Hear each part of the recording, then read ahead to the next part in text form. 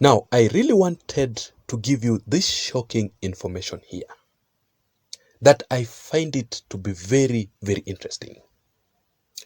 Shocking information concerning the bitter fallout, the revenge, and the political fight in the larger Mount Kenya region.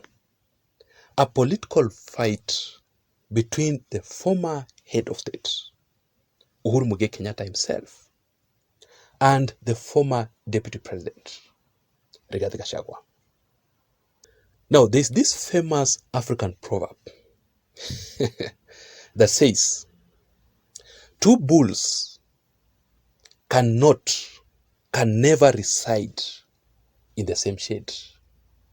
Fahali wawili hawakai zizi moja. Because they must fight. Or this proverb here that says, two buttocks cannot avoid friction. A proverb that basically means that big egos will always collide. This proverb clearly explains the current political situation between Uhuru Kenyatta and Rigathi Gachagua in the Mount Kenya region ahead of the 2027 elections. So let me ask you this particular question here. Between Uhuru Kenyatta and the former deputy president, Rigathi Gachagua, who exactly is the king? The political kingpin of the Mount Kenya region? Is it Uhuru Kenyatta or Rigathi Gachagua? I want you to answer me in the comment section down below. Between Uhuru and Rigathi, who exactly is the kingpin of the Mount Kenya region? Because President William Ruto himself really tried to make the current deputy president, Professor Abraham Kithure Kindiki, to be the kingpin of the Mount Kenya region. And that is why President William Ruto had to appoint Kithure Kindiki immediately after Rigathi Gachagua's impeachment. Kithure Kindiki to be the deputy president of Kenya. But the Kikuyus from the Mount Kenya Central or East and West don't want Kithure Kindiki as their kingpin. According to the Kikuyus, you can ask them. It's either you are with Uhuru Kenyatta, the former president, or you are supporting Rigathi Gachagua. That is the situation. So this is what happened, and I want you to pay very close attention. The former deputy president, Rigathi Gachagua, reached out to Uhuru Kenyatta urgently. And this is where I realized that Rigathi Gachagua really needs Uhuru Kenyatta in the Mount Kenya region. But on the other side, Uhuru Kenyatta does not need Rigathi Gachagua at all. Now that is where the problem is. So Rigathi Gachagua reached out to Uhuru Kenyatta, seeking support to remove, to stop, and also to kick out President William Ruto from the Mount Kenya region ahead of the 2027 elections. Because Rigathi Gachagua wants to revenge against President William Ruto after William Ruto's impeachment. Right? After Rigathi Gachagua reached out to Uhuru Kenyatta, I want you to listen very keenly how Uhuru Kenyatta rudely responded to Rigathi Gachagua while supporting President William Ruto. This will actually shock you.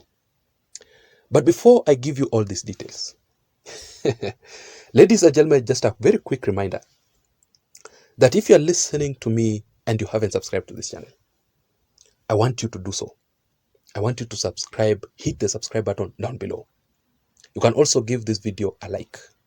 Now, if you subscribe to this channel, it means that immediately I post a video here, YouTube will automatically send you the notifications immediately. That basically means that you will not miss even a single video that I post in this channel. So to my returning subscribers, to my viewers, to my supporters, I also want to appreciate you. To the new members of this channel, feel appreciated, and I don't take the support for granted. Having said that, now let us proceed. So follow this analysis to the end because I'll be very brief. This is what happened. Let me just read for you this shocking statement here from the Nation e-paper, which clearly describes what happened between Rigathi and the former head of state, Uhuru Kenyatta. So let me show you this shocking statement, a statement from the Nation e-paper that clearly describes what really happened between Uhuru and Rigathi Gachagua. Aya, let us begin. It says that, did brokers dupe?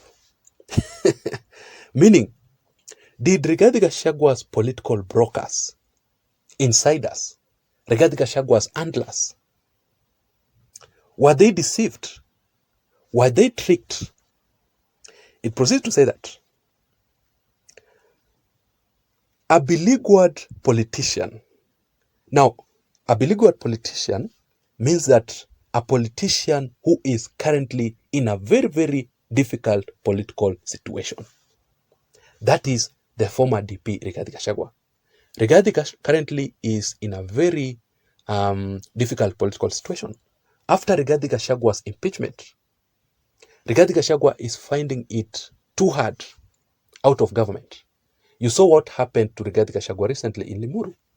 How Rigathi was attacked by goons, the former deputy president, the second in command. Rigathi Gachagua currently does not have security because his security was withdrawn by President William Ruto. So he is facing a lot of difficulties in his current politics ahead of the 2027 elections. So it says that a beleaguered politician that could arrange a meeting for him, meaning Rigathi Gachagua's advisors actually arranged a meeting with a senior leader. This senior leader here is Uhuru Kenyatta. He viciously fought during his heyday. Now, you remember when Rigathi Gachagua was in power, how Rigathi Gachagua viciously attacked Uhuru Kenyatta and his mother, Mama Ngina Kenyatta. It proceeds to say that. This is very interesting. Well, corridors of power has learned that the troubled man was kept waiting at a hotel after parting with millions of shillings in the hope of meeting the man to mend fences. So Rigathi Gachagua wanted to meet with Uhuru Kenyatta for the handshake.